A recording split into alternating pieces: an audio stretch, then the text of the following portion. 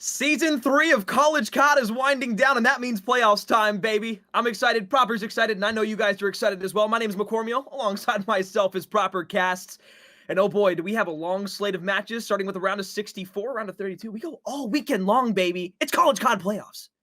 Wouldn't want to spend my weekend any other way, McCormiel. Honestly, this entire season just blew past all of us, too. Just so many teams, comparative to what we had through the Modern Warfare year, just breezed by. And now we find ourselves here winning the round of 64 with a lot of teams willing to show their grit in this double elimination playoff bracket. New teams, old teams, back in the playoffs once again. And you said before already, $25,000 on the line, not only for 64 teams, but for every college involved thus far. It's been an incredible season, Proper. It has been a long-winded one.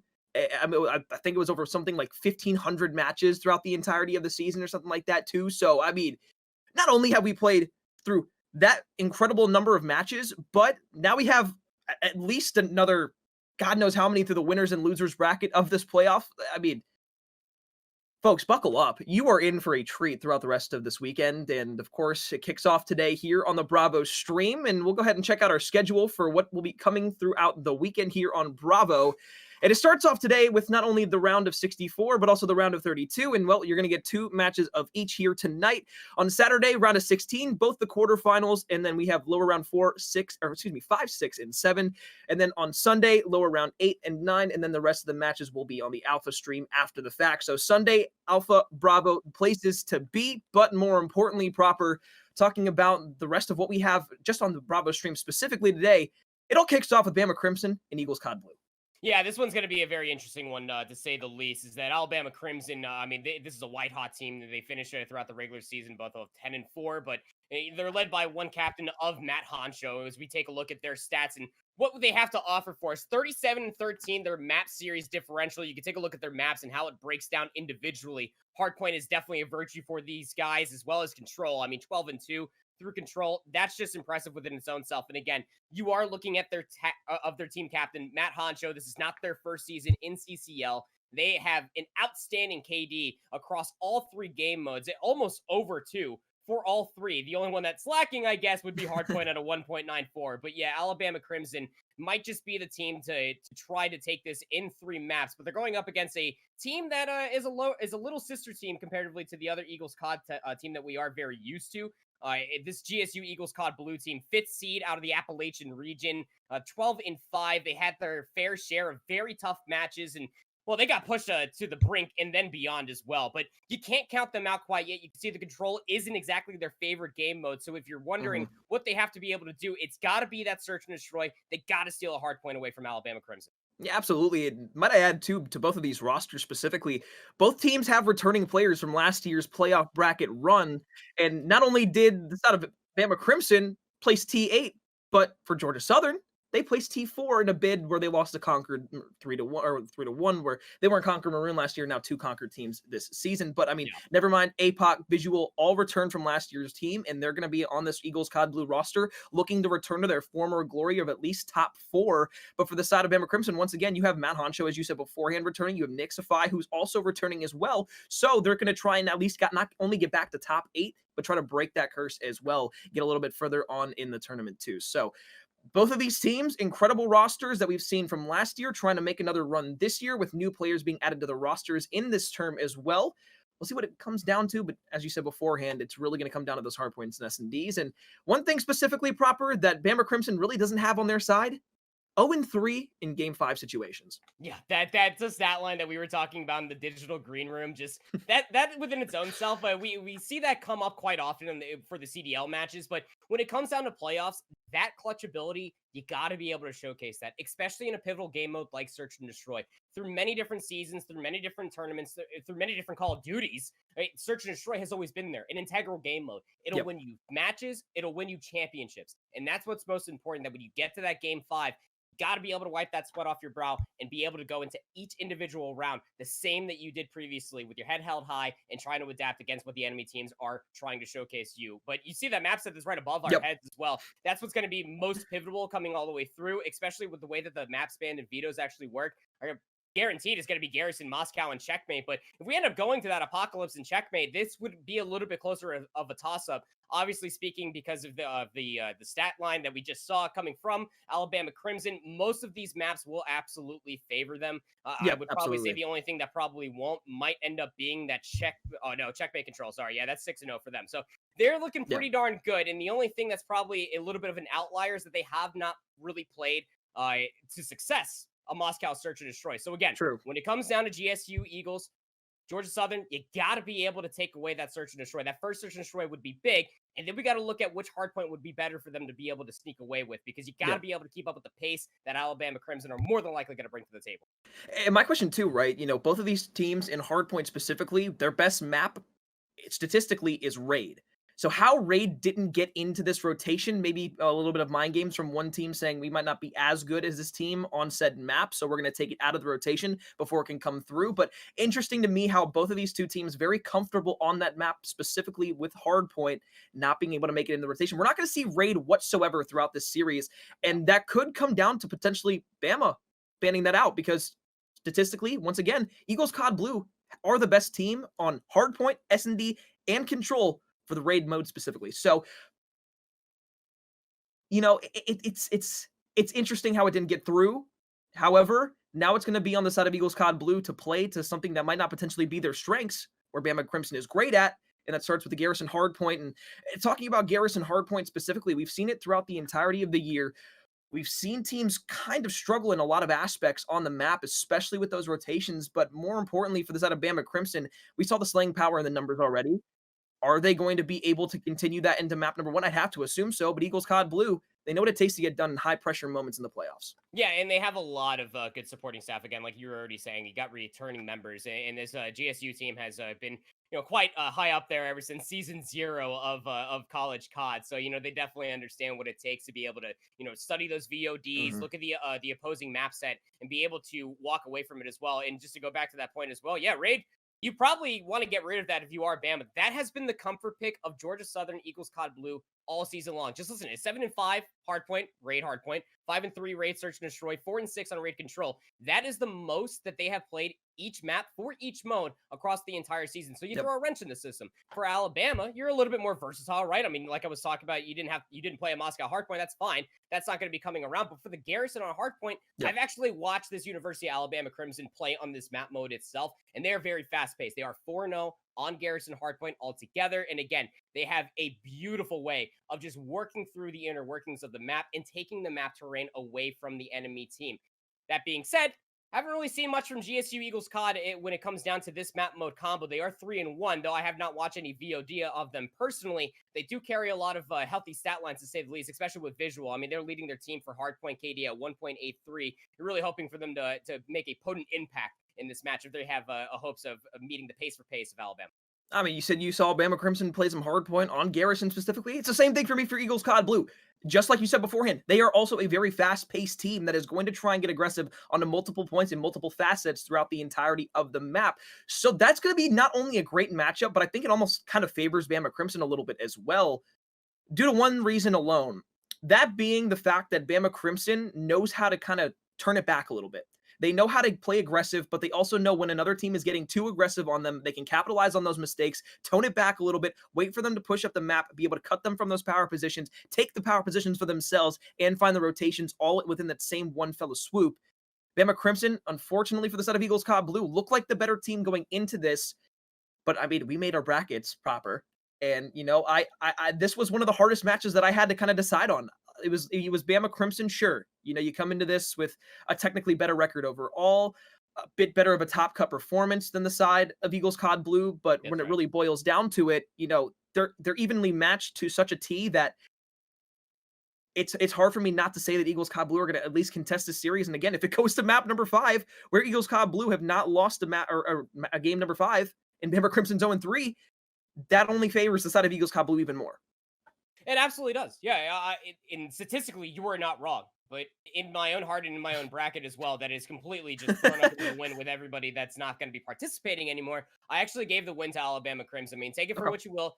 4th seed coming out of the coastal region. When you look at some of the matches that they ended up having, especially against some of those top cut teams, they were pretty darn close, and they were able to take a certain series off of a Full Sail Armada, of which I was not expecting. From there on out, I was really looking at this team with high hopes. Coming off of that Map 5 loss versus FSU Garnett, that was pretty well executed by them, and where they were able to get the swing was on that Garrison control. So now Very I'm really true. wondering where this Bama Crimson team is at with beating teams like Full Sail, FSU Garnett, while losing that Map 5 to E4 Knights. And also on the same side, you also have to look at that from Eagles COD Gold, or Eagles COD Blue, excuse me, that they did get 3-0'd by Concord Gray, or I should say that they did get 3-0'd by Paralysis and Johnny. So, I mean, like, it's really scary when you are a team like Eagles COD Blue if you end up having the script flipped on you. Just because you have to deal with not only one player that is just being an absolute nuisance in your backline, but also just teams that are just sitting there playing well coordinated. You're going to get a little bit of all of that for Alabama Crimson. I mean, GSU Eagles COD, they have their backs up against this matchup, at least in my own opinion, but they have proved me wrong a countless amounts of times in a many different.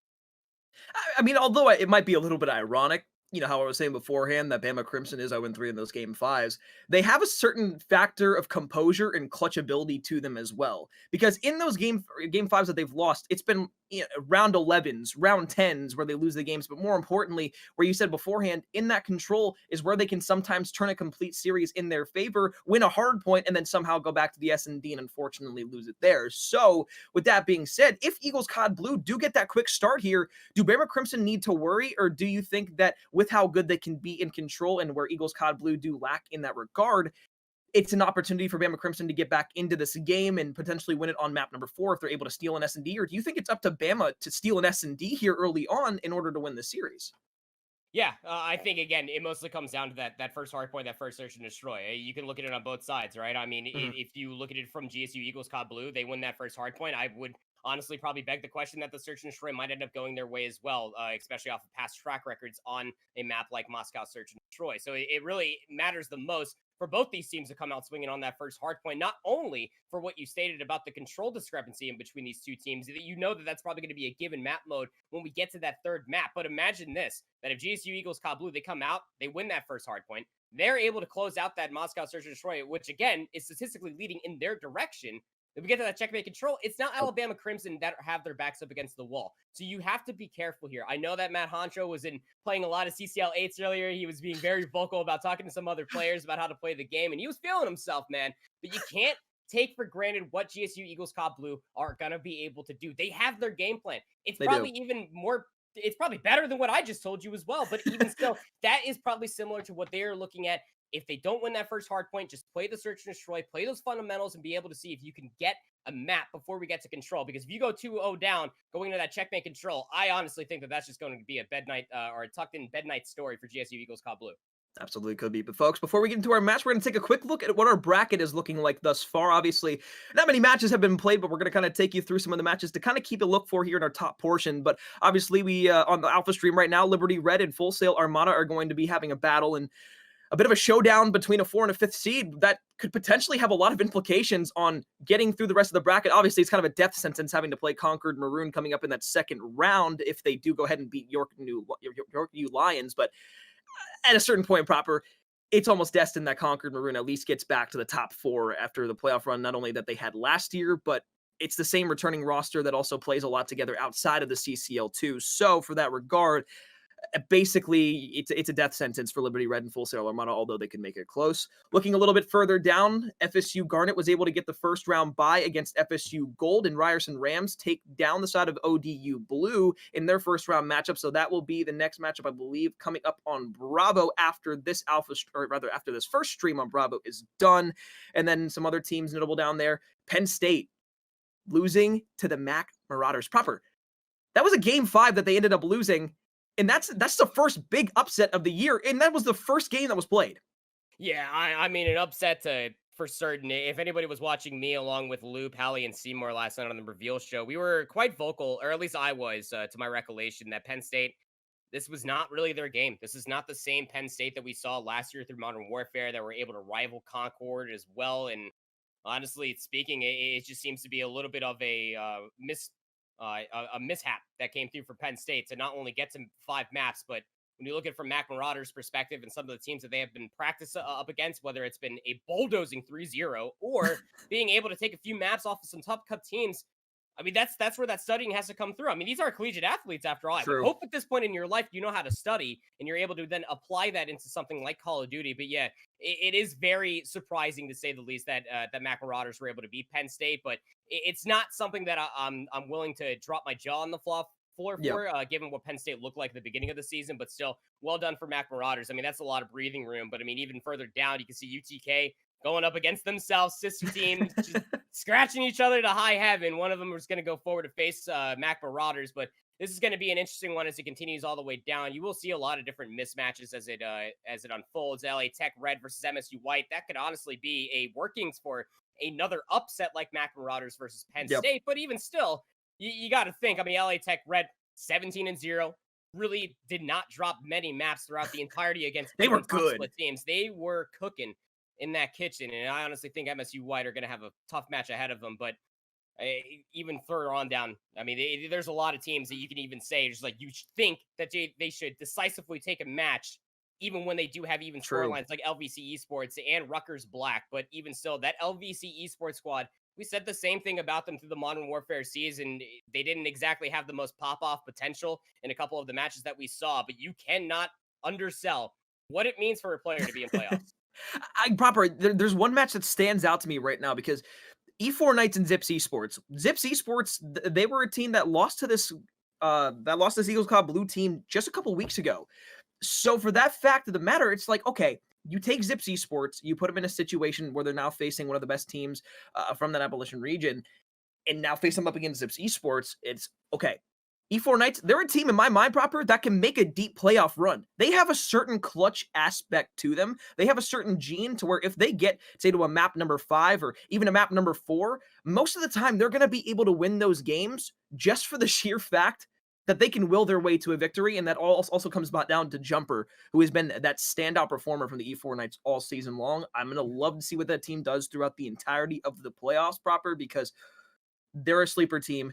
Don't mistake the E4 Knights for either an easy opponent or a round win that maybe a number 1 or another number 2 seed could easily take down because they are not going to go down without a fight. And one thing I was talking about with I Hold Shift a little bit earlier proper is that this is one of those playoff brackets to where you could potentially be in a situation where you might want to lose the first or second round and have an easier run throughout the losers bracket to get back to the winners finals for yourself and your own sanity. Because getting through the winners bracket is going to be very difficult. We already know what Ottawa is going to bring to the table. We already know what Concord, we already know what Illini, we already know what some of these other top teams throughout the entire year are going to bring to the table. If you make a run all the way through that losers bracket, sure, every match is an elimination match. It's going to be much more difficult. But if you get there through the winners bracket, you're going to have to play Ottawa either within the winners quarters, the round of 16, the winners semis, and whatnot. That is going to be a difficult matchup that you're probably not going to win. Yeah, I mean, like that's one of the most infamous stat lines you could ever pull from a double elimination bracket, right? It's going to get tougher as you go along, but that also begs the question through a multitude of days that we are doing these CCL playoffs. That's a lot of time to grow and learn. We got 4 channels for you all to be watching a lot of Call of Duty on throughout the entirety of the day. We got a multi-stream. Make sure that you're keeping tabs open for Alpha all the way down to Delta as well, so that way you can see all these matches that are happening. I mean, we're going to try our best to give you updates throughout it all. This bracket, as well as all of that information, can be found on our website of collegecod.com. That's /league/playoffs if you really wanted to be specific with it. But the website is beautiful. It's sexy. It's really easy to navigate. But even still, you're not wrong. I mean, when you think about a team like the E4 Knights, for example, a team that I brought up earlier that beat Alabama Crimson in 5 maps. Yep. I was pretty hot on that team at the beginning of the season for one player like you were talking about with Jumper. Very, very impactful play coming out from them. But how are you going to fare? We already asked this question versus top cut teams. Mm-hmm. But what about those godlike teams, right? Like, how are you going to do versus those Ottawa members? How are you going to do versus Concord as well? There's a couple other teams. Unfortunately, we won't be able to get to see how they do fare as a top contender, such as Sheridan or Purdue Gold as an example. But even still, there's a lot of stiff competition to be playing out. And you better hope that not only are you drinking a lot of water, but you're also there to play some pretty darn fine Call of Duty, because you are going to be put to the test, and you better hope you ace it. Proper, this best of 5 series, it's kicking off a long journey that we have ahead of us for the entire weekend. Bama Crimson coming here, ranked 22nd overall inside of the season. Eagles COD Blue, they're unranked, but they've been on the cusp of being potentially ranked throughout the entire season. Now, again, they are that sister team, Eagles COD Gold. However, they're a team, again, not to sleep on. I don't think this is going to be a very a very, very spread out, one-sided series for Bama Crimson. I truly do think that Eagles COD Blue, when it comes and when it does matter, they're going to be able to bring that firepower out here and prove me wrong here, Proper. I hope one of these teams do. Eagles COD Blue map number 1. I'm calling upset alert.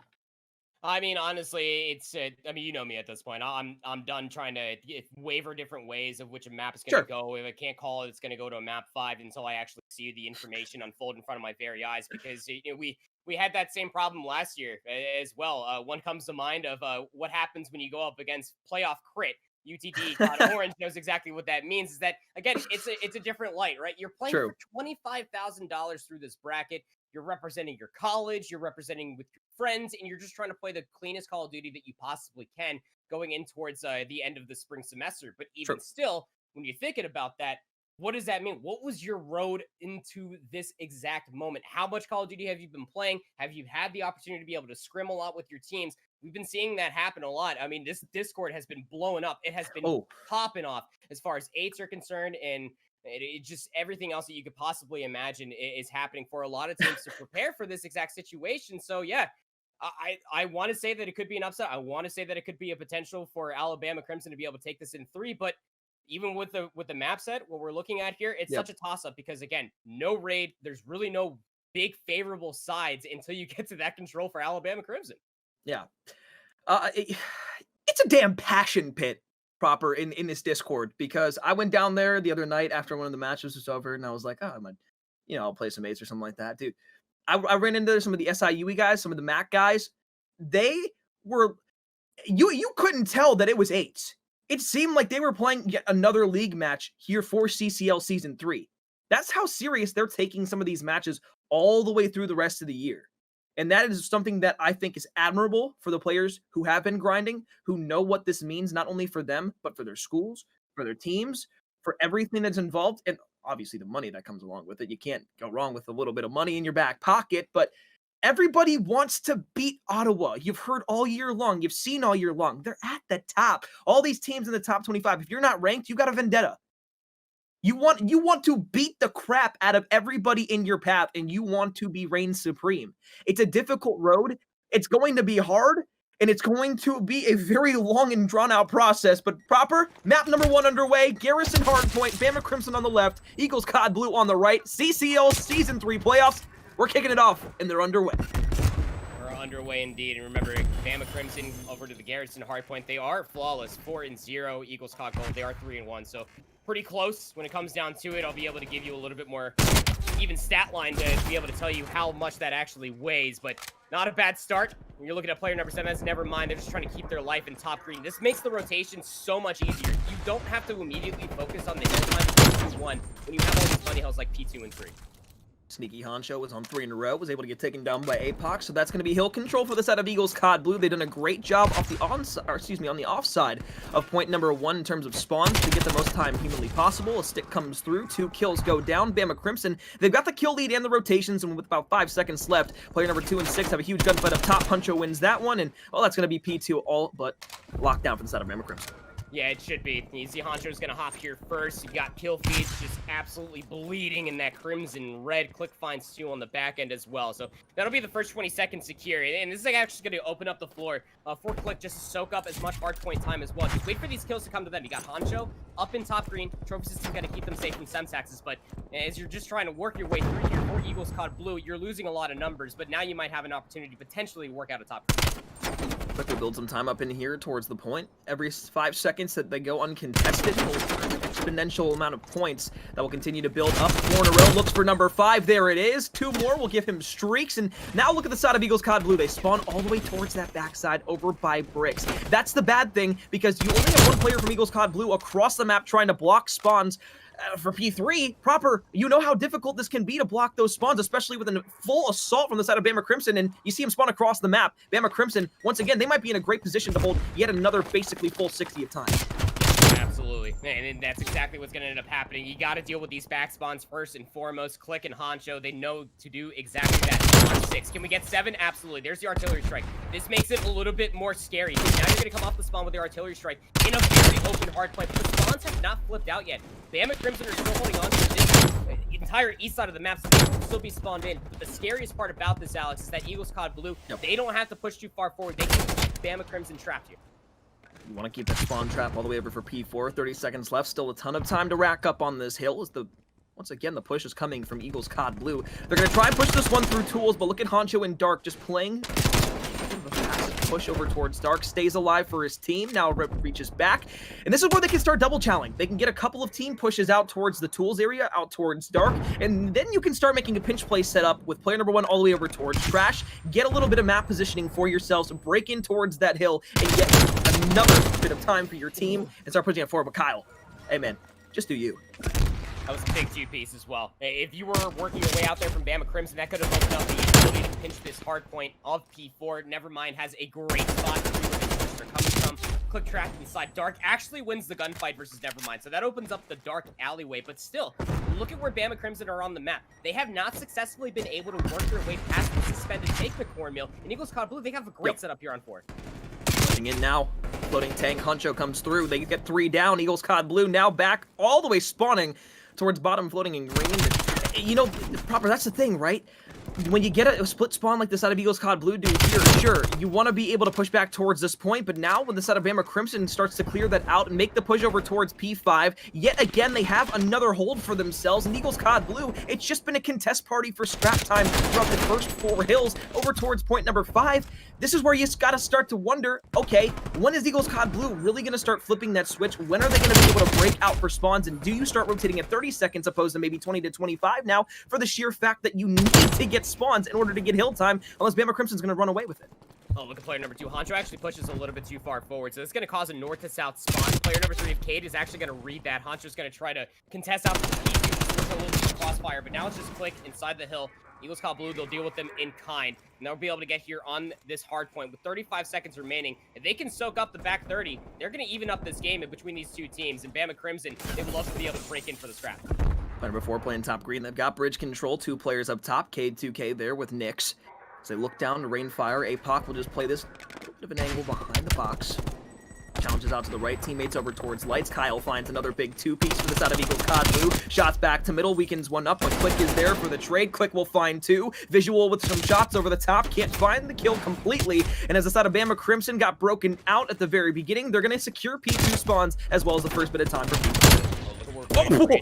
Kyle just spawns completely in. APOC is just laying down the hammer.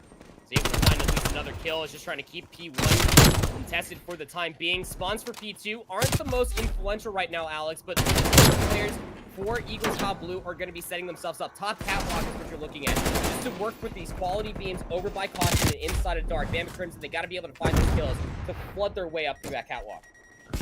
Around the corner, Nevermind playing the contest spot for the side of Eagles COD Blue. Slides around the corner, Cade finds 1, traded instantaneously, and now it's up to Bama Crimson to start this frontward assault over towards point number 2, and it starts with player number 1 in Click.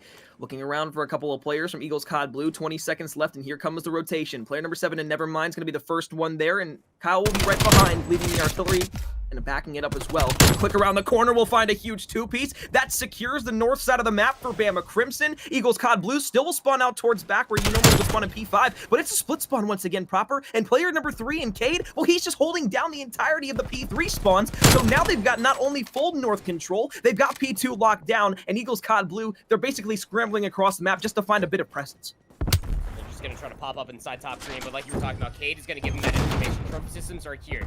They know that there are a lot of players up here, and they're just going to deal with them in kind. Big 2-for-3 trade will be Bama Crimson standing firm here on the P2 hill. They're going to have closer spawns, but Eagles COD Blue, they're not done attacking this yet. They're going to fly out of green here, and it's going to be a very difficult push, but as Visual finds 1, Visual will find 2, looks for the 3rd, but Click is there to trade it out. Never mind, the last one alive for Georgia Southern, and well, there it is. All wiped down. Bama Crimson once again retained control, but P3 for the first time this game is now in the hands of Eagles COD Blue. Can they hold it down, or will it be another Bama Crimson win? It's gonna be scary if it comes down to a Visual and APOC. Those were 2 big kills. That means that Bama Crimson can't threaten this rotation for the time being. See Nyx on the minimap. They're just gonna hold up wait for the rest of their team. The Eagles got blue. This is the breathing room that you need. Apoc's in a great spot. He's actually going to see a few players cross. Has to hold this angle. He doesn't get the X-ray. There's Cade. Free kill for them.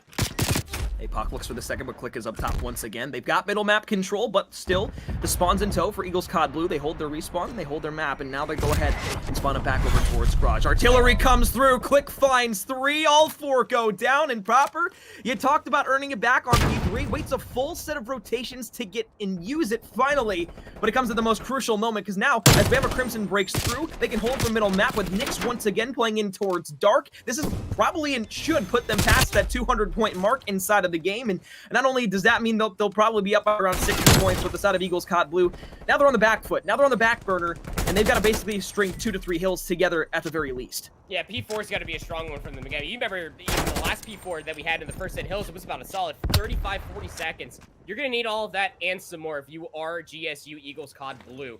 You got to be able to hold P4 for a lengthy amount of time, keep Bama Crimson trapped inside this area. Kyle's got one in front, and Caution needs some help because there's other 3 players left in Dark.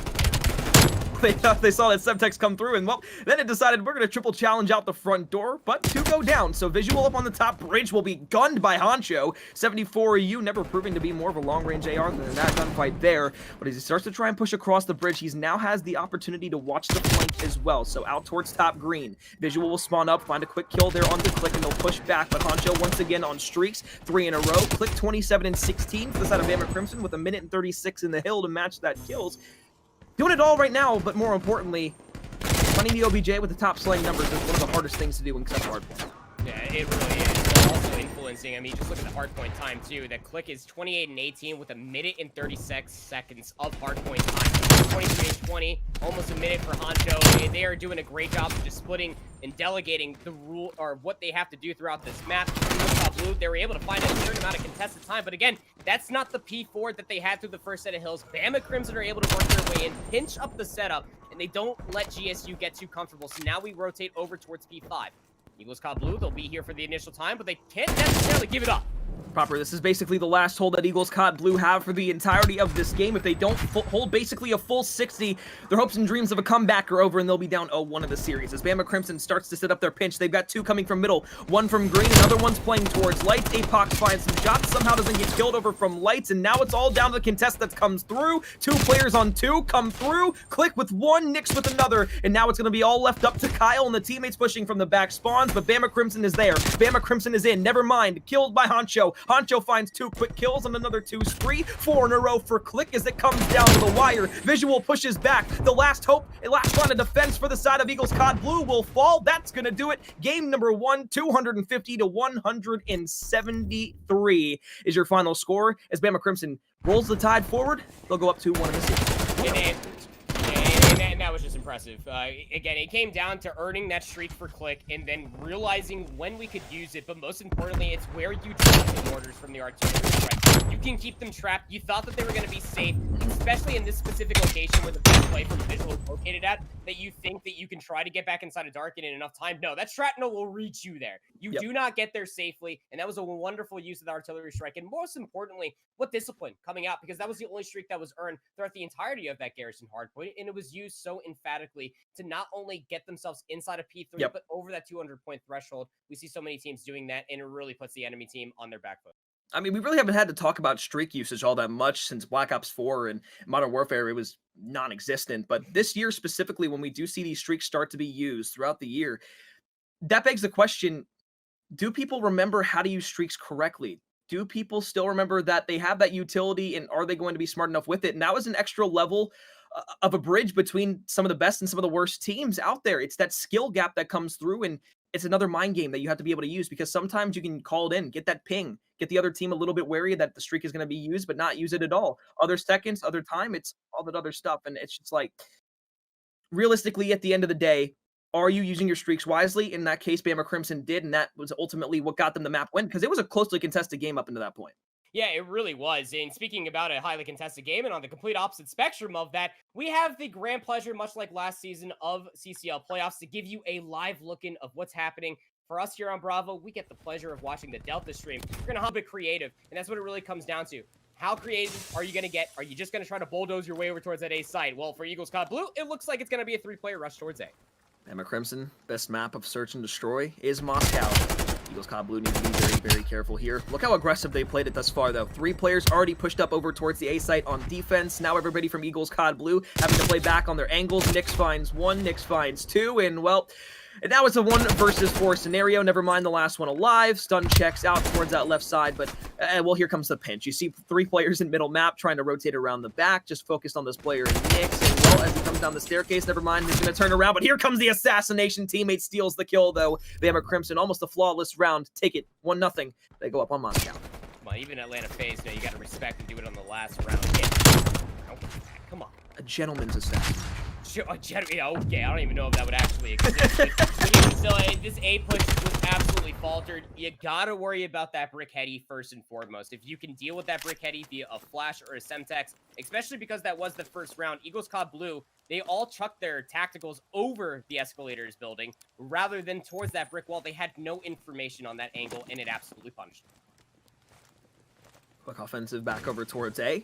As you can kind of tell already, folks, Bama Crimson very, very comfortable over at the A site. Nyx, he's just going to sprint right through the front door. Kyle's going to be laying down right behind the bomb, going to slide out around the right side. Kyle will bet the best for the time being, but the trade is there immediately. 2 versus 2 we go here towards the end of the round. Never mind. Making the rotation back over from middle maps will be. And fine click out early. Now just backs off, and now it's going to be a 1 versus 1. Cade, never mind. Shots there. I'm just going to back up, gets the shots onto Cade, pre-fires around the corner, and there it is. 1 versus 2, and Eagles COD Blue get on the board, tying up 1-1. And that was so big. Again, never mind was that last player that was alive in that first round, last player alive here in the second round. But look at how they play their life of just timing. Maybe they had to go check that cutout wall. It could have been a rotation given how successful that initial breakoff was for Alabama. A lot of teams do that. We found ourselves a lot of kills, 3 kills in fact. It's a 2v1. Why don't we just rotate over towards B? And of course, never mind. Solid brain in their skull, checks the cutout wall, goes back towards the A site, finds a very gifted kill, and then that is an AR challenge that you want to take notes on if you are an up-and-coming player, because that was just so brilliant. But all tied up in towards round number 3. Here comes some of that creativity for Eagles COD Blue. Look at the setup. Nevermind is going to be watching through that gold alley, while the rest of the players for Eagles COD Blue are going to be walking their way over towards B. But player number 5 on board with Click gives up the cutout wall just a little bit too early, but they got to know that something's up, given that Bama Crimson are not getting any pushback on A. 1 over towards B when he was watching that cross from Platt, so that allowed him to get the information. You saw everybody from the side of Bama Crimson start to rotate back over. However, now with Nevermind and Kyle being able to find 2, it's going to be a 3 versus 2. Did his teammate just come around the corner and pre-fire him? That gives away his positioning, so that's tough. But now 0-2 here for Visual. Never mind. Also in this 2 versus 2 scenario, we saw it last time. It was able to be a clutch for the side of Eagles COD Blue through the back of Nevermind, and it was Craig. 3 in a row thus far, looking to continue this a little bit further on, but they're going to make a great play to wrap this one over towards A, as Bama Crimson still holding that front line over towards B, making sure they can't get it down. And, well, Cade wanted it in back PD to rotate through middle map. Unfortunately, it just wasn't there, but they're very indecisive right now, Proper. Great ball. You can go ahead and try to work your way towards A. They maybe even catch a player on rotation, but they didn't play for the trade. And Visual just beeline towards this B site, left Nevermind to die. And they had no idea that Visual did this. So, of course, the information will be mutual, but how do you do this in a post-plant 1v2? I mean, that was beautiful. Visual got the best of them, gotten towards B, planted the bomb, and now, at least for the side of Bama Crimson, they're playing together, and this is clinical S&D that you're going to be seeing here in a second. Visual is able to pick off 1 maybe from the back, turn around, they're there, but he's not going to be able to see them. On the site now, Honcho and his teammates sliding around the corner. Visual's going to be able to spot him there. The shots are around the corner, going to have to peek back around, and well, now it's going to be a 1 versus 1. Visual playing the corner, Diamati's shots are there, but it's going to be Cade who bests him this time. 1 versus 1 win. Bama Crimson play the 2v1 perfectly. They get the defuse, and more importantly, they get their second round in the S&D. Yeah, that was really big. Again, I am actually a big fan of that play, right? If you have both those defensive members in a 2v2, you know that one player is still left inside of this apartment site, and you may have already guessed that a player probably fully rotated what they absolutely did of Cade inside of that PD station. But when you go for the re-rotation, you got to be aware of checking every single angle, because if there's not immediate pushback over inside of this S&D house, they're probably going to guess that you're rotating back over towards the other bomb site, and that's exactly what the submachine gun does for Bama Crimson. He's able to at least find 1, leaving that in a very precarious position, but still, big round for Bama Crimson, get themselves the lead. We got to look at here for their offense. Yeah, don't fix what ain't broke. I respect it. Go 4 players deep towards A. Sprinting. That's the word for Bama Crimson thus far on defense in rather the offense in their first defensive round. Looks over towards Eskies, won't find anything there. And well, you're going to see Kyle play in towards office this time and visual out towards that left because they realize that the aggression is going to be coming through. However, the unfortunate part of it is they read it, but it's a little bit too late. And now as Kyle's going to be able to find 1, 3 versus 3, APOC up the staircase, going to be coming to Eskies, finds shots on the Cade, but somehow Cade escapes with his life, almost able to find him there, but now it's Nix in a 1 versus 2 around the corner. A weak APOC falls, and now a 1v1. Player number 3, never mind. He's playing very passive, 5 and 2 in the S&D thus far. Stun check in towards office. They're going to be able to spot one out. Now Nix around the corner. Never mind, can turn it around. The shot. Oh! Oh my goodness, proper murder! This is Nevermind site. You do not, no one should ever go to Nevermind near that billboard. Ever. Ever. Especially on defense. Again, I said don't fix what ain't broke. Last time, remember, it was Nevermind that was able to blow up that very winnable offensive round for Bama Crimson. I wouldn't say that they did it single-handedly this time around up at 6 and 2, but Eagles COD Blue, they just give up the site entirely. They wait for Bama Crimson to walk all the way in. They find the first kill, do Bama Crimson, but Eagles COD Blue, they rewrap bottom escalators. Bama Crimson did not see it coming. They get blown up very quickly. So Eagles COD Blue, that's back-to-back defenses where Bama Crimson have failed at a push. Eagles COD Blue going to be rotating back over towards this B site for an offense. Player number 1, here of APOC. Might be able to find some unique timing if that player stayed inside the cutout wall. But again, Click gives it up pretty early so that we can go to this window. Eagles COD Blue, they are loving this B side already, but Kyle's pushed up the map. Player number 7 in the back, and well, here comes Click around the corner looking for this immediate check. Fly back inside. They've got 2 players playing in towards the BS&D site right now, and as Honcho is able to find the kill there, trades with some shots onto his teammate, so that's going to be a 3 versus 3. Visual break out towards that street site. APOC in middle finds a flanking player there too, and as Nix falls, now it's going to be an onslaught back in towards the site. Click is there. Around the corner. Pre-fires it out, but they can get this bomb down if they want to. The problem is I think they're actually going to try and make a wrap back once again, but in middle map, they didn't realize that Honcho was sitting there, so that's going to be huge, but a 2 versus 1 favors Eagles COD Blue in this situation. Click. It's 1v2. Probably got the information. Probably saw a couple toes leaving this metro area. Now going to chase. The bomb's going to get planted up here by APOC over at A, so Click. 74U actually has a quick 6 as well, and shots are a little bit jumpy. 2 players up here in top escalators. Eagles COD Blue, they string together 2 rounds to get an offensive push to really work their way, causing a ruckus over towards that boulevard side, and then wrap immediately when it was in a 2v1. That's the favorable rotation that you wanted to see. 2 rounds. Honcho is playing middle map there. If there wasn't somebody waiting in gold window for the side of Eagles COD Blue, he's able to cut off one because, I mean, proper. If you're playing S&D, you're not expecting somebody to be sitting out in middle map. You're going to either expect them to be back PD inside of that B bomb site or maybe trying to play a long angle from point number 2 in towards that laundry area. So you're not really expecting anybody to be in middle map. Honcho made a great play. It was just 2 other players from the side of Eagles COD Blue were there to be the counter push to that. So that made it a 2 versus 1. They win the round, now back on the offensive side, and well, you guessed it. Fast A push once again. Came with the first blood. Now make it 2 as they fall down. This should be a round win for Bama Crimson. Yeah, it absolutely should be. I'm not... Barring Nevermind doesn't find some very crazy timing again, which again, over by this A site, this is their house. This is their sanctuary. Bomb will be planted here. Look at the spread across that A site for Bama Crimson. Both these players of APOC and Nevermind back up on top of each other and try to play for the trades, but that opening kill is going to be good. Yeah, we say proper 4v4 COD, the second player to fall, it's on them in a 4v odd situation. Here, though, around the corner, APOC's got to be careful. Honcho's there with the 74U, and that's just going to be quick work. Nevermind's not able to find the trade. Honcho comes back for more. That's 2 quick kills in succession, and Bama Crimson tie it up 3-3. This has been a pretty nice Moscow game for the most part. We've seen a lot of really closely contested kills, but more importantly, the team that gets the first blood every single round has pretty much gone on to win, except maybe for Yeah, and again, you're not wrong in saying that it comes down to the second player, but it's also just really hard in general to take that A site back when you are down in numbers. You don't have any lethals, no tacticals. You have no direct info where they are going to be set up at. I mean, for a lot of Bama Crimson, gonna have to see what they can potentially do to string together themselves a few rounds here. COD Blue are back over towards the offense here, and 4 players deep are actually going to rush straight down this gold alleyway. Player number 5 of Click. Gotta be a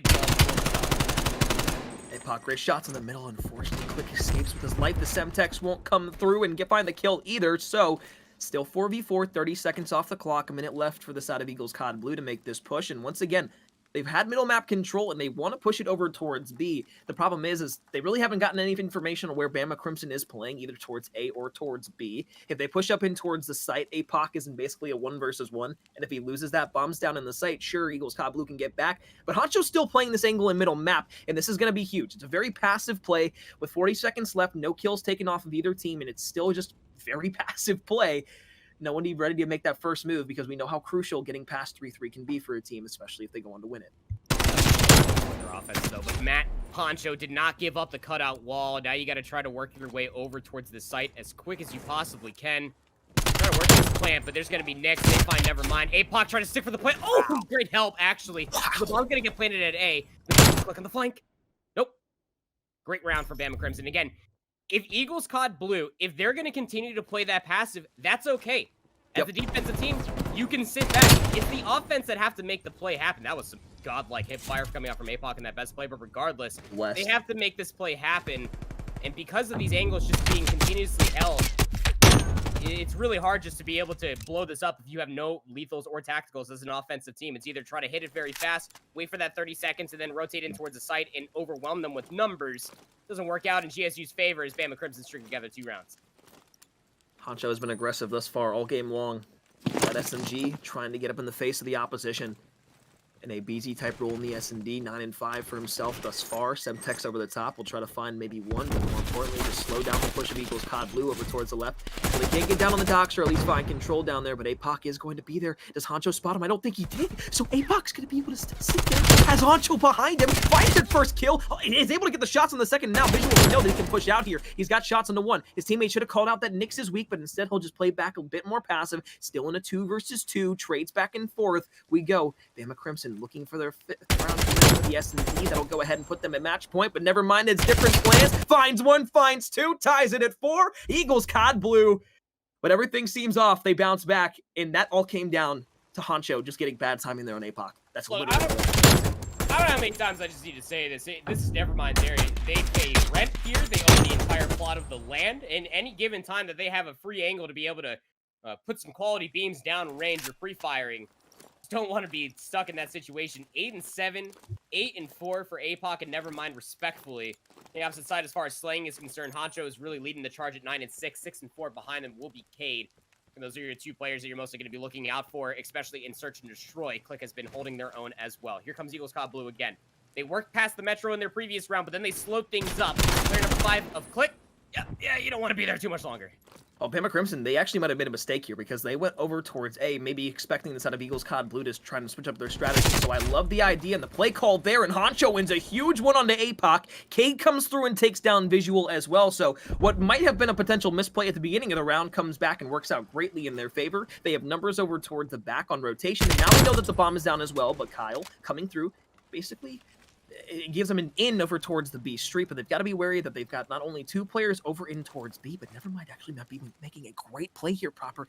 If you laid down and maybe saw the foot on the player inside of B, could have been maybe an easy kill or at least information, but I think Kyle knows that Click's in that left side corner now. He absolutely should, yeah. A couple of Semtexes coming through now. Kyle is just going to try to work their way in here. We're down to 28 seconds. Look where the bomb's dropped in such a tough location. All the players now are just trapped like rats. Here comes Nevermind. Oh! Click! Slams him down to the ground. Bama Crimson. Oh, my. That was dirty. And I'm pretty sure that's illegal in 27 countries, at least. It's at least a red At least. That right there, folks, we said it was murder beforehand, but never mind. But that right there, you got to win those. And again, it's a Krieg versus the 74U, but you had not only the jump around the corner, you had Peeker's advantage, an extra half a second to find the first couple of shots, and the ADS. That's got to hurt. But more importantly, we're tied up at 4-4. Take a look at that picture-in-picture over on the right side under Bama Crimson scoreboard. 4-4 on the Express, Concord Gray. Eagles caught gold. Very closely contested, just like this one right here. And it was a 4-2 lead. So this is 2 rounds now for Eagles caught gold. They're bringing themselves back in off of Concord Gray with a 2-round lead. But back on the main screen here, Bama Crimson trying to get this A site per usual. 4 players here for Eagles caught blue. And yeah, Bama Crimson's just going to try to run them down. Doesn't work. Not that time. Cade, last one alive. 1 versus 3.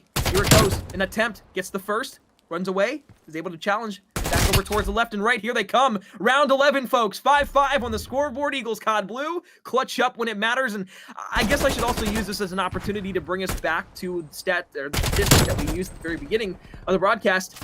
Although it's not a game 5, it's still an S&D scenario in a round 11 where Eagles COD Blue are stellar. They are stellar. 2-0, and I believe potentially almost 3-0 in that aspect in game 5 scenarios, and more importantly, game 5 scenarios.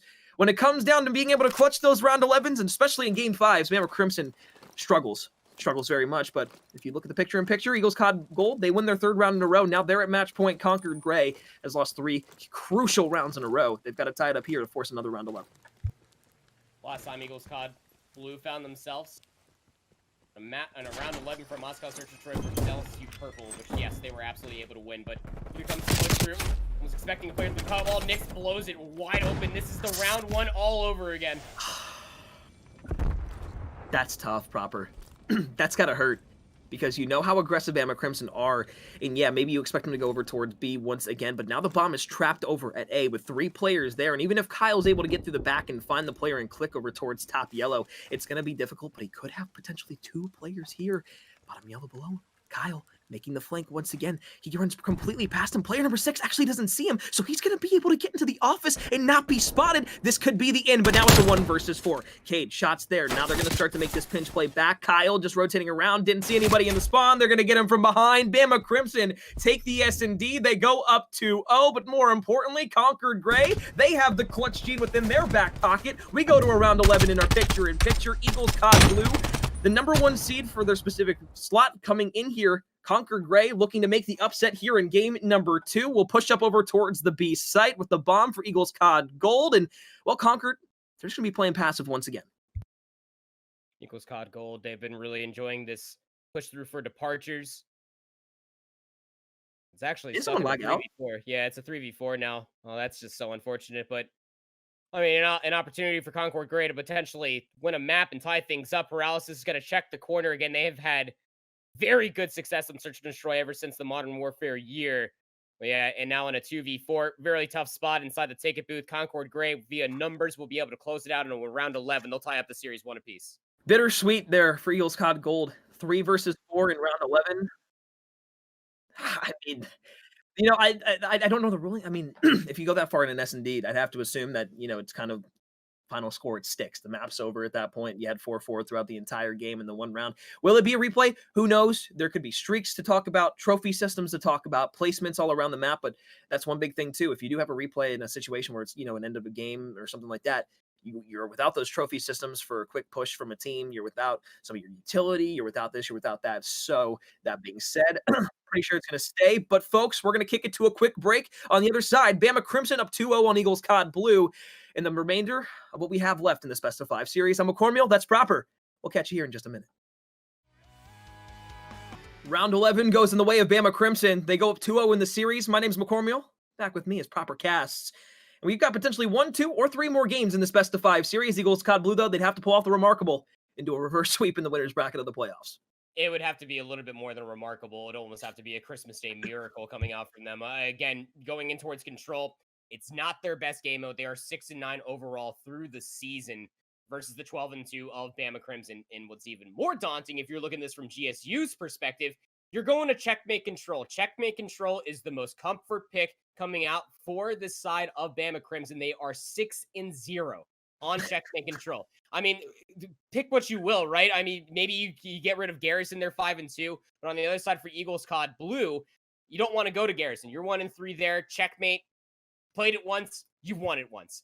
Probably don't want to go to Raid again. Raid was probably the hard veto through all 3 game modes of this best of 5 series between these 2 teams. So now you find yourself here on Checkmate where, again, ARs, they got to be online. The SMGs are very potent when it comes down to some of that A street, as well as the inner workings of the plane off the opening rip. But your ARs, they really got to be locked and loaded to hold down those long lines of sight, create the space for the SMGs to work on their way forward to stop that clock. I'm mostly looking at Nevermind to step up for their team because they had a great search and destroy, and they have to be able to lead the charge here for control.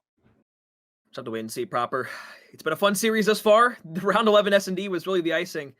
And then the cherry on top from those first two games. Can Checkmate Control rival what we've seen in the S&D? Can it be a closer respawn for Eagles COD Blue than what we saw on the hardpoint? We'll just have to wait and see, folks. Checkmate Control, Bama Crimson, they're going to be on the left. Eagles COD Blue, they're going to be on the right. We start off with the side of Bama Crimson on the offensive side. Let's see what they go for first. A lot of teams have been trying to go for this B site. It's the harder one to take. That's exactly what Bama Crimson were trying to do, setting at least one player towards that A street. They fall flat on their face. The opening break-off and some more is good for Eagles COD Blue. Challenges towards middle map. They've got top lane control. Pushing over towards A. Here comes Nyx. Here comes Visual. He's going to be able to find that first blood. And that gives us a little bit of pressure. And oh my goodness. Beams back over towards the emergency exit. That's 2 down for Eagles COD Blue. They push back up towards this A site. And they should be able to get maybe a tick here if they get time. Hunter's got to keep their life. We'll slide over towards the A zone just for the time being. Dodges the Semtex like Neo. That was impressive. First tick might actually come all the way through. Eagles COD Blue, they're going to flash check. Honcho, 1v1 versus Kyle will be traded out by Nevermind, who finds 2 via that north lane. 3-1 start for them, and pretty good stuff for Eagles COD Blue. We're down to 40 seconds. It's a solid life lead that GSU Blue have over their adversaries of Bama Crimson. Although it is a defensive round, you do have about now an 8 life advantage. So for Eagles COD Blue, great start to a checkmate map that you might not be as fond of as the side of Bama Crimson. And as they now push back over towards A, Nevermind's going to be there, the outstanding performer in the S&D, once again doing big numbers and having a great amount of confidence going into this third map. Oh, absolutely. And what's even more impressive, too, the last time that Eagles COD Blue were here on checkmate control, they 3-0'd FSU Gold. And take that for what you will, that was all the way back in week number 1, so still maybe trying to get rid of this map as we continue on through the season. Bama Crimson now have themselves an opportunity with 15 lives remaining to work this A zone. The first tick of progress will be accrued. And Eagles COD Blue, the way they're setting this up, I think they might just chalk it. Yeah, and it's important to note also, this is also old patch, so full capture, a minute. No single 20 seconds for individual captures on the point, but APOC comes back, and, well, that was huge proper, because now with 15 seconds left, they're bringing this back down to 1 tick on A. Everybody's going to start flying through for the side of Bama Crimson, and although they find 1, okay, make it 2. This is a bit more doable now, and as Kyle has to back off and not challenge any further, it's going to be a flank from player number 6. He'll fall, and that should be A control. They're going to add an extra minute onto the clock, but they're still down by 6 lives. Lives might not necessarily matter if you can win a pretty convincing break-off. Nice challenge from Kyle. We'll take down Nyx. That's going to slow up the offense considerably. Click needs to keep their life here. The top wing control would be big, and an opening pick from an AR down the lane off the spawn wouldn't be too bad either. But for Eagles COD Blue, it's not like you have to do anything crazy. You just have to play your game. You don't have to work for spawn traps. You don't have to work for over-aggressive kills. You just got to be looking at their win conditions right now with both time and kills. Nyx killing himself after that one. Wanted to find those wall bangs, could have found 2, but just finds 1 for the time being. And now it's a little bit of progress up towards that B site, and they'll try to go for the spawn trap on the side of GS Blue. Nyx, as he comes around the corner, might be able to make a flank towards the back. However, it's going to be Nevermind. Strong AR in the back line. Who finds it? And then Kyle for 2. 3 versus 13. 20 seconds left. Bama Crimson on their last line of defense. It's got to be a miracle. Gotta be, yeah. Click is able to find at least 1, so that's going to stop the clock at 15 seconds or so. Needs to get off. Okay. Needs to try to create a little bit more space, so that way Bama Crimson can work their way over towards this site. That will be exactly what they do. Just wait for the respawns. Don't give them that easy opportunity. Look at player number 4 of Nyx. Inside of the plant is causing a ruckus.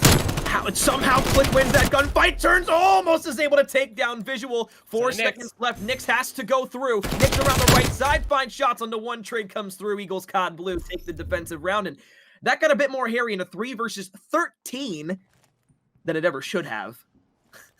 Again, it comes down to those breakoffs, Alex. I mean, like, if you win that first breakoff like what you saw from GSU Blue, that's exactly what they didn't get wildly aggressive. They just held their positions, just let the unforced errors come out from Bama Crimson, and it was convincing kill feed after convincing kill feed. But once Bama Crimson, they let themselves regroup, stabilize, wait for the respawns, winning a convincing breakoff over by that A lane.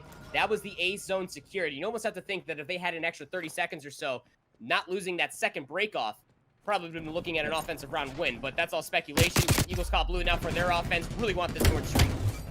It's going to be difficult. Bama Crimson, they slayed out well, at least at the end portion of that round, and now they're on defense with a head full of steam. 1 life advantage now tied up. Eagles COD Blue starting to push up, and they've got basically have a tick on A already, so with a minute and 11 seconds left. Now it's just going to be players either contesting, finding these gunfights, or more importantly, look at player number 1 and Click all the way towards the back spawn, looking for the kills, and Nyx wins a huge one there. Click is very important, though, and he'll find another kill. I thought he was going to find a kill on the Kyle, but somehow he loses it, and now they're going to be back over towards A here with a head full of steam from Click, Nix, and Honcho in middle map. Pretty convincing so far. Bama Crimson, although the life lead isn't as severe as Eagles COD Blue were looking at in their defensive round, this is still a job well done. You don't have to get convincing kill feeds on defense. You just have to whittle down their numbers and make them get creative. Here comes some of that creativity. Never mind APOC. They find one. Visual is pushed up all the way over by this main cabin side, so that they can maybe find an opportunity to get a couple spawn kills, but Honcho smokes him from right there. Kyle finds one, and realistically, Proper, we've seen multiple times. It's been Kyle who's been able to find huge two pieces in the respawns. We saw multiple times in the hard point here in the control. He's already been able to do it once. And speaking of two pieces, well, we'll look to never mind who gets some shots under the third on a 3 spree. Checkmate, not the greatest map for streaks, but we know how influential they can be if used right. Looking for potential here. Now he spots one over towards that right side. Visual will be there for the trade. Nick slides through in the plane, and now it's 4 in a row for never mind. An opportunity now for 3 more, but Honcho will trade him out immediately. The buzz kill is there. He'll find 2, and now working on potential streaks of his own. Second ticket progress has been accrued over here at A, but now we're looking at 25 seconds. Like you were talking about, the potential to play for streaks was put to rest.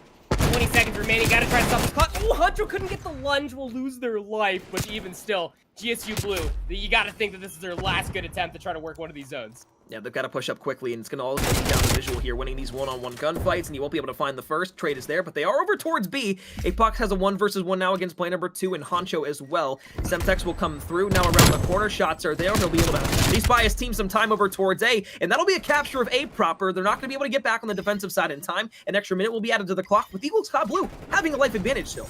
Yeah, hey, so you got 60 seconds to be able to slow things down. You really want to be able to work your way inside the plane. That's exactly what players number 5 and 7 will be looking at. APOC will be the first player up that staircase. Player number 4, Pixo, is a little bit on the plane, and you're still going to be concerned of this north lane. There comes Honcho, finds 2 to join with Click for a third. Now we're down to 45 seconds, and the life lead has swiftly shifted back to that. Nevermind finds 1, now trying to even it out, and at least about 9 lives apiece. They're going to try and get out of their spawn. They've got 35 seconds to do so still, and with a huge one-on-one over towards the left side of the map, you got to hit those shots, and you got to be able to break out. Now they've still got the spawn trap set up. Visual there with a huge kill. 28 seconds left here inside of the round. They're going to clear all of B off, and it's going to be one more good push, just like we said for A. It's got to be the same thing for B here. Here we go. 18 seconds. Clock will be stalled out. Who's going to be the heroic player? It's got to be Visuals, able to take down Nix. That's a great start for them. Reinforcements not too far away, but again, Bama Crimson, they're the captain. They have not given up this plane every single time. It's okay if there's just one more player down here because Bama Crimson will swarm them and take care of them in kind. Defense for defense we go, but the most important part of it all is that tick progression. Remember, from a previous update, it's not the kills anymore that'll get you that defensive round win, or that defensive side of round 5 McCormill. Yep. It comes down to the tick progression, which both these teams are dead even. Another round here on the docket. 1-1 tied up. Eagles COD Blue. Again, we hit it hard home at the very beginning of this. Most important map of their college COD lives thus far. An opportunity to keep this series alive and keep their momentum through the winner's bracket, at least their hopes for one, afloat. Side of offense for Bama Crimson. If never mind the rest of the squad can continue to do what they've been doing the entire game, well, maybe we'll see a little bit more life in a 2-1 advantage here, but proper, they've got a very fast and frontward assault from Bama Crimson that they've got to shut down first. That Honcho is just beaming, got a Crick 6 rather than 74U, is doing quite well, 13 and 13, and not a pop-off potential that you would assume, but this is an SMG player, still holding their own. All on board with Cade as they look to hold this angle, and not allowing Eagles COD to get wildly comfortable, but again, they're set up in the plane. From those wings, you can cover both A Street as well as over by Tube. It comes down to a very convincing break-off, which Bama Crimson are struggling to find. Cade break get killed there on the Kyle for 2 more over towards the left. Nevermind gets beamed, but APOC is finally there for the trade. But now that's just 1 player alive as everybody else from Bama Crimson starts to make that push over towards A. Click up top, gets great timing there on the Kyle. We'll find him immediately, backs off, doesn't challenge, and that's just great play right there. You know that there's 2 coming. You don't want to lose a life here just selfishly for your team trying to find those couple of kills. As he finds another kill on the visual mid-switch of weapons. That gives them even more potential not only to cap A, but find top plane control throughout the rest of this round, and now force the spawn trap of Eagles COD Blue towards the back. This round has completely flipped on its head. Here we go. A zone will be secured. 60 seconds onto the board, a total of 90 now. and a 7-life lead for Bama Crimson. You got to think that if there's a better shot for an offensive round win, it's got to come through from the side of Bama Crimson. Look at them, how they're working on the spawn kills. Nyx is still on that H. You got Honcho zoning them away. They're stuck essentially over by Wood. And those 2 kills are going to be quite emphatic so that we potentially, GSU Blue, can get themselves a setup to guard this B zone. Well, they've done a great job thus far of getting those initial kills. Now player number 4, Nyx, the last one alive, pushed up the map. It was players from Bama Crimson still looking to get through, and as Nyx finds 2, that's the green light for everybody on Bama to start pushing up the map. They've got top lane control. They've got a player playing over towards that Tetris headwind, and now they've got everybody from the side of Eagles COD Blue pushed back in their spawn. Nyx with another huge 2-piece. That streaks as well in the back pocket proper, and that could very well be the end of the round and potentially the end of the next round as well, because with the defensive round coming up for the side of Bama Crimson, streaks in the back pocket, and oh my god, Nyx on 9 in a row. This one has gotten completely out of hand and out of reach for the side of Eagles COD Blue. Yeah, you're down to your last 4 lives. Click is just going to sit here and just soak up this time. Kyle's actually going to gun him from behind, so that's going to restart the clock, but you got to think in a 3v13, it is all but done and dusted. You just got to fish out these 3 kills for Bama Crimson, but that is the ferocity that we expect from this team. Never mind trying to finesse. They will finally go down 1v11. Kyle has had themselves quite a convincing few gunfights. There's another one on a Honcho, the trade student to follow. But I tell you what, Bama Crimson, specifically Nyx, when they saw that opportunity coming through that A street, they did not give it up. They pushed it so far forward all the way over towards Wood. What's even scarier, we're moving over towards the defensive side, and they're fully streaked out. Get the pleasure of watching this Nyx play one more time. Was able to gun those first 2 shots up there and towards the top. Kyle around the corner. That's 4 there. And then when you streak for 9 in a row proper, it's a pretty good indication that your team is going to win that round. That's literally 9 kills in a row, trading out 0 for yourself. That is the most efficient way to play Control, and correct me if I'm wrong. I wish I could correct you, but you're not. It's not wrong. Here we go. It's a must-win offense. For Eagles COD Blue, you have no choice. You got to win this offense to stay alive in this winner's bracket. Bama Crimson are looking to close it out on this defense. The opening break-off is so convincing that Kyle is just going to back up entirely and wait for their reinforcements. Shots in towards the top, runs out of ammo for Click there as well, so that's unfortunate. APOC pulling up the staircase, knows that one's over towards his right side. He gets the pre-fired shots in towards the corner, and the left side player that was pushing up for Bama Crimson falls as well, so an opportunity now for Eagles COD Blue to push back up the map. The last time we saw them on offense proper, didn't work out that great. It didn't. They were able to get the A zone. It took a lot of time, and the lives were pretty darn close until what was about to be about 30 seconds left inside the round, but a convincing breakoff is what GSU Blue are missing comparatively to their previous offense. It did take them a certain amount of time. I almost want to say that it was probably about like 14 seconds left on the game clock for them to work that A zone. And with those 2 kills, give them the opportunity to take this plane away. Nyx needs to be traded. Re-challenges, finds visual. 3 go down for GSU. 5 more kills for Nyx will give him a 40 bomb and a control 4 rounds of gameplay proper. 4 rounds! Well, if Honcho's not dropping 25 kills, someone else has got to be able to pick it up. I guess it's got to be Nyx. No, you're damn right about that, too. On 3, once again, we'll finally fall in towards the back spawn. Kyle pushing up on towards the point. It's going to be difficult. I mean, they do have only 3 lives separating the 2 teams, but with 16 seconds left, there's a contest on the point. Nevermind needs to come through, and here come the streaks. Not going to be able to find anything with that cruise missile initially, so that potentially is a wasted streak, but the artillery barrage still there for information, and of course to rain hell and fire from above. Nevermind there with the shots, flips around the corner, shots there onto Nyx, will find 2, and now that's an opportunity for his teammates to push up towards the map, but Honcho, once again with the Krig, hops up top grade, that initial pick, and Crimson's back. These gunfights are about to be the gunfights for the round, but you hear the artillery, it is being brought in, it is going to keep players trapped. Cade hits it from the 8th Street, finds 2, there's 2 seconds left, never mind, can't do it all, visual, can you go big? You cannot, and that will be Bama Crimson taking the checkmate control 3-1 in the series 3-0. I want to say it was pretty darn convincing, but there were some pretty good moments that were coming through for the side of GSU Eagles Blue. A little bit late in that hard point, and all around pretty stellar stuff for that search and destroy, but they just could not keep up with Nyx on this control. Nyx Sabin takes the crown here, 36 kills and 20 deaths inside of a control. Not only leads the way for his team, but solidifies themselves in the round of 32. Bama Crimson will be moving on, 22nd ranked here overall in CCL Season 3 to our power rankings. And more importantly, that means the side of Eagles COD Blue will be heading to the losers bracket. So round of 32 for Bama Crimson. Unfortunate early round exit inside the winners bracket for Eagles COD Blue. But at the end of the day, Proper, you called it coming into this. Bama Crimson was that better team that you said was going to probably pretty swiftly take care of it.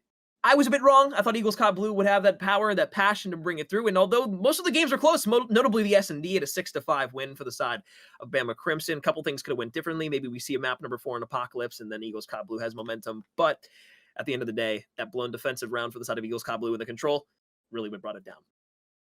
Very unfortunate to say the least. Again, pretty high on these GSU Eagles boys to be able to potentially take that search and destroy. Went round 11. It was pretty close. They were pretty slow to start that 250 to 173 blunderbuss that was coming out from Bama Crimson. Mostly it was Click holding on towards that artillery strike that blew it completely wide open in the second set, going over towards that third hill. But you almost had to think that when it came down to it, that it had to have been one of those first two maps that GSU Eagles COD Blue were able to win. I already set up the narrative wonderfully that if you're not going to win one of those first two maps, there is just a real shot in the dark that you could potentially take a control off of this Bama Crimson squad. It lives to be. The prophecy is here. And honestly speaking, GSU Eagles COD Blue going down the losers bracket might have themselves a little bit of a run.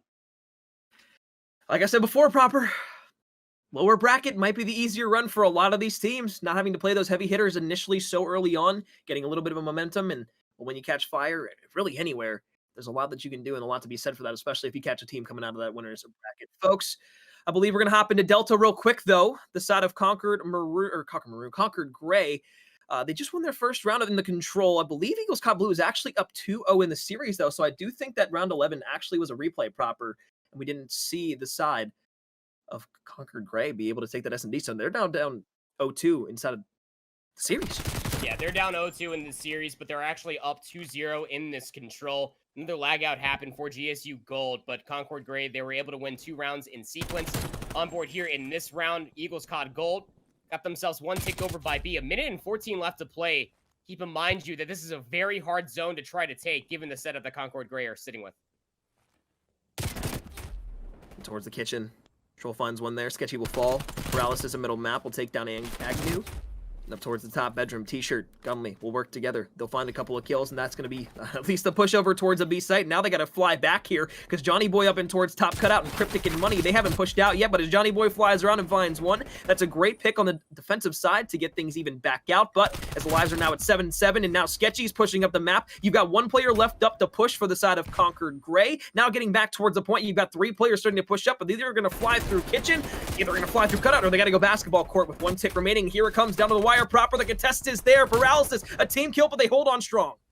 Hold on strong. 48 seconds remaining. It is a 4v3, but they're touching the zone. Sketchy's able to take down Nico, so now you have to try to fly out from kitchen. It is these 3 versus 2. 2v2. Agnew has 2 players in front of him over by the rock. Is joining with Gunley. What a challenge for the round. That was a much-needed round to stay alive in the control for Eagles COD Gold. Well, that right there, Proper, that was pretty. That was real pretty in a situation where you've got an odd man, especially when you're down lives and you've only got a 3 versus 4 push back over towards the point. Somehow you get it done, and Concord Gray, albeit they had that great push back over, but come on. When you're flying through the front doors and everybody's able to play together, that tandem kill at the end there where they had one player up top and the other player playing back on a long range angle, it's beautiful. Some good stuff. Again, GSU Gold, they did a great job of just slowing down the pace. They recognized 3v4. How can we isolate these kills? You can contest that B zone from pretty far over by Tiki as well. So they just baited out Concord Gray. Those unforced errors are what you lose sleep over at the end of the day. Here comes Concord Gray for an offense. Semtex will find a little bit of damage, but the breakoff is pretty darn good over by this A zone. Hey, guy Paralysis. 2 in a row. 18 and 13 leading the way for Concord Gray, and we really didn't expect much different. Paralysis has been the shining light for this Concord roster. I mean, Proper, we touched on it earlier on, but I mean, they won both of their games back-to-back after Paralysis joined, and they were on like a 3-4 game losing streak before that. Yeah, I mean, Paralysis comes from Concord Maroon, was the 5th member to the Core 4 that is currently playing in this playoff bracket. And that was your 2nd place in the Modern Warfare year, and Paralysis has a lot of moxie to bring to the table as far as a submachine gun and even a flex. Joining the likes of Hull Troll as well as not in a bad place. Troll might just be able to find another 2 kills past the wheelbarrow. No, Sketchy's going to take them down. But not a bad start for Concord Gray. Again, you got that A zone so early that we were just at 2 minutes and the clock is being stopped yet again. Their offensives this far have been very, very quick, and as T-Shirt comes around, finds 2, will make it 3, looks for 1 more, Contest is there, Gunley finds him, and well, there it is, Eagles COD Blue. They stop the tick of progress at least just 1 at B for now, still down by 1 live, but now they're pushing up towards the spawn, and this is where it can get dicey proper. It's like a boa constrictor. They get set up, they can squeeze their prey, cut them off at the source, suffocate them, and push them all the way back. Want to keep them zoned inside of Zig. Great communication coming through from Agnew. You saw Sketchy immediately refocus from Zig over towards P1 and was able to find themselves a handful of kills. Again, like you were talking, like a boa constrictor. Just continue to suppress them, keep them trapped inside of this very bottlenecky area, and that gives you an opportunity. T-Shirt is in their spawn at 20 and 15 on a 3 spree. Potential to find more. Look where Concord's playing right now. They're all inside of Gym and in that back right corner of the garage. And that's never going to work unless you all push out at the exact same time, and they try it there. Paralysis is able to find 1 in towards middle map and in bottom art. Now it's Sketchy in middle map. They come through. Agnew will find 1, but Paralysis, those long-range shots with the 74, you break them out of their spawn for now. So now mid-map control is theirs. Gunley, the last one over towards the actual B site itself. Cryptics with some shots. T-Shirt finds 1 in middle map. Conquered Gray. The push up through middle, but as 3 go down, it's going to be the same situation that they were in just about 30 seconds ago. 38 seconds remaining to make this push really count. That life lead that Concord Gray had was probably closer to being about 8 off that opening breakoff and in sort of that A zone. But again, GSU Gold, they slow it down. They start baiting out Concord Gray in their positioning, and they were able to get this round win. Much needed, because now we're going to be tied up 2 apiece going in towards round number 5. This is winner's bracket on the line for Concord Gray, and off of the replay from round 10 of that Express Search and Destroy due to a scan, GSU Gold, I mean, there is a reason why they are part of that sister team of which we just saw, and the better one at that. They are never truly counted out, especially when T is playing at this caliber. I mean, it was all offensive wins until that point right there. Eagles COD Gold, they win the defense. And it was, he talked about that life. I mean, how? I get they set up in the spawns, but I mean, I don't want to say choke because that's big words, but it's a bit of a choke. You had the entire A zone completed. You had a tick over towards B. You had a lot of progress, and it all just seemingly fell apart with still 1 minute and 30 seconds left to work with. T-Shirt's averaging about 1,500 damage per round. Saw that right there, 25 and 16. Cryptics at 7 and 20. Needs to step it up a little bit if we're going to see this defensive round win go in Concord Gray's favor. Troll looking towards the middle map, playing in the corner. They've got a couple players that do find the kills in towards middle map, so it is a push early on here. T-Shirt over toward the basketball court is going to be looking for a couple of players, but it's going to be Sketchy who actually finds 2, Agnew who finds the 3rd, and well, with 1 more player inside of money, they can all focus their fire towards the player up towards top. Kitchen player can come through as well. That's going to be the B, bit of progress off the map. Now it's going to be a question about, okay, when we go over towards A, is it going to be a push from middle? Is it going to be a push from the ramp? Or are they going to be able to break us off spawn? Again, it's you. That B zone capture, look at how much time they have on the clock to work this A zone. Again, this is the easier zone to take, McCormill. Now they're going to just be poking and prodding through the middle of the map. They have done this notoriously through every game that we have been watching, through every mode. Just slow down the pace, bait out Concord Gray. You know that they're going to try to make a play happen and just punish them going on forward. I think that they know that they spawned out over towards basketball courts, and now the flank all the way back through the spawn. Johnny Boy had found 2, but Agnew comes through and finds 1. Now Agnew's up towards the top and towards Laundry looking for another player, but they don't realize that Troll is directly below, so hops up towards in top Laundry. It almost gets turned on there. Somehow Troll stays alive, though, and he doesn't realize that another player from the side of Eagles COD Gold is there. They still continue to have 1 back in the flank, and this is going to set up another pinch play for the side of Eagles COD. Concord Gray in their spawn once again. It just seems like nothing can really come together. It's just a bunch of collective nothingness when they're trying to make their pushes the last couple of attempts. Yeah, I mean, they're just getting isolated. An isolated 1v1, so it mostly feels like an isolated 2v1, the way that Eagles COD Gold are playing together.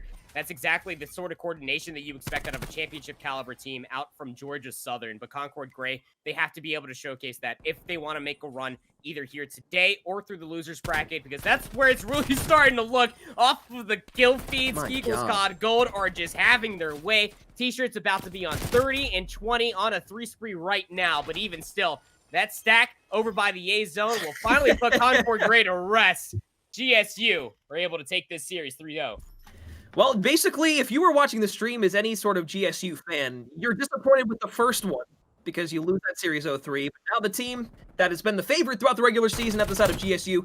They win 3-0, so you have one team that's technically the better team sitting in the top, the winners bracket now. You got one that went to the losers bracket, so now 2 runs that you can still continue to watch and take part of. But again, unfortunately for the side of Concord Gray, they won't be able to match that counterpart of Concord Maroon with their dominance throughout the entire season and what we expect them to be a long winners bracket push. They'll have to make that through the losers bracket. Will it be difficult? Absolutely. Will it take a lot of gumption?